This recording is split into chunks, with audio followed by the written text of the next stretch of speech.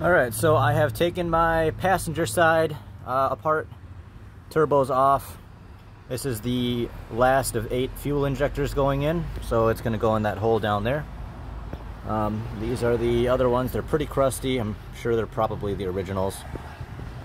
And these ones were in my other motor before I swapped it for a couple weeks. Brand new, or rebuilt, I don't know, whatever. But they were only in there for a couple weeks before the motor blew, so I took them out and saved it.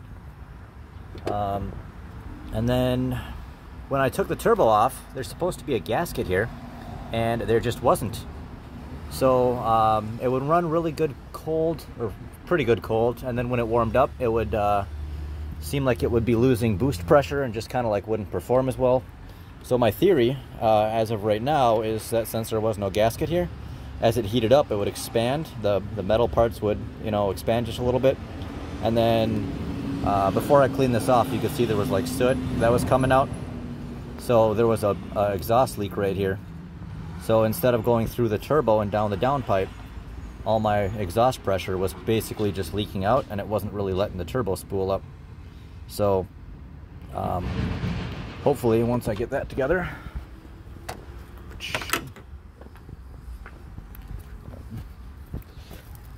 so here is the new turbo. This is the old turbo. I've taken the snail off.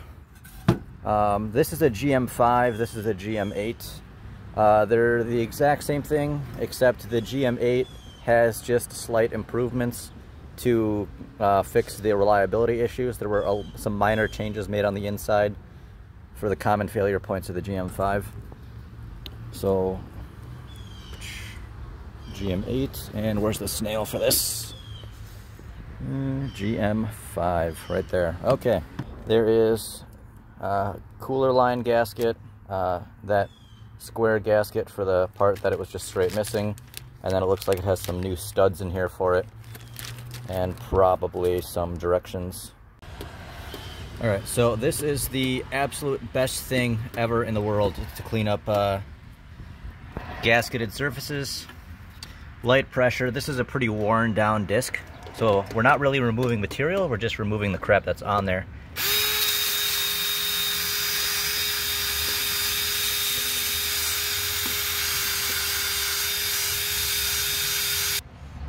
Alright, that looks fantastically better than, and that is out. So wonderful. But anyways, that is cleaned up. I'm gonna have to peel this gasket off, see how brittle it is. Peel that off, clean this up, replace that one as well, and then stick the turbo back on. But I need to put the heat shield on first, because that's super difficult to do with the turbo on there. It just has to bend in just the right way.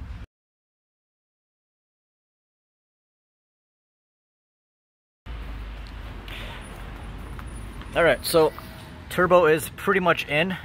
Very, very, very, very, very important that when you put a new turbo in, you pre-lube it. So what you do is you actually add oil into it, and I just like to spin it, help it work its way through there.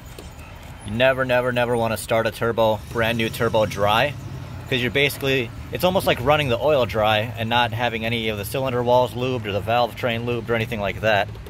So I've probably put too much in here. Yep, I know I have. That's fine. But I would much rather have this thing have a little too much oil instead of not enough oil. So now that I know my turbo's lubed, I can go ahead and connect the rest of the stuff. And I should have put that rubber bushing on there while I was thinking about it, but I obviously wasn't thinking about it, so that's fine. It's literally 1, 2, 3, 4, 5, 6 to pop this whole intake runner off, and I can slide it on there and shove it back down, no big deal. So I need to basically put the air box back on. The old turbo actually didn't have a threaded hole here for the crankcase CDR valve, crankcase decompression release or relief or whatever you want to call it. So this one does, so now I actually have a spot to put that. There's a bolt here and a bolt there for just a bracket for the turbo to help hold it solid. And I think that is more or less it, minus the airbox. Alright, so a new turbo is in. I've got all of this mounted, secured, everything's all good. Just need to throw the airbox in. But here is where you can actually see, you can see this black deposit here. And that is soot coming out of the exhaust. And that is where all my boost pressure was going. So as it would come out of the exhaust, it would just leak out of there instead of forcing itself through here, spooling up the turbo, and then coming down the downpipe.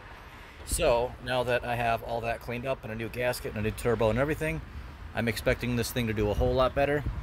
Along with the 4 new injectors that I just put in while I'm in here.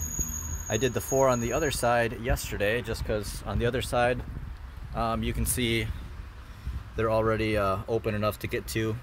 So 8 new injectors, new turbo, new PMD. Just had the shop plug in the scanner and set all the timing correctly. Bunch of new sensors, new fuel filter housing and fuel filter and all that.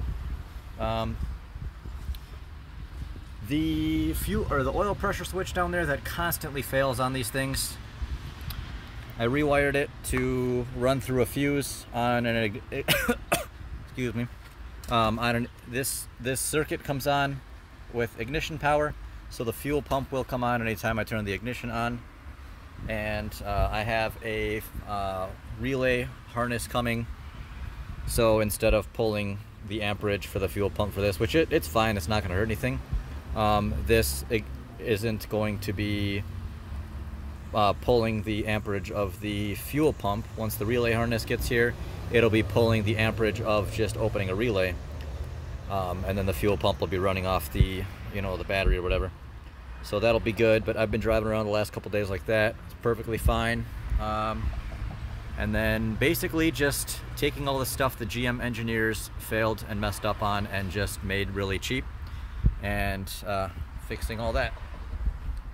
I hope I don't end up needing a fuel injection pump, but if I do, then whatever, I'll throw one in too.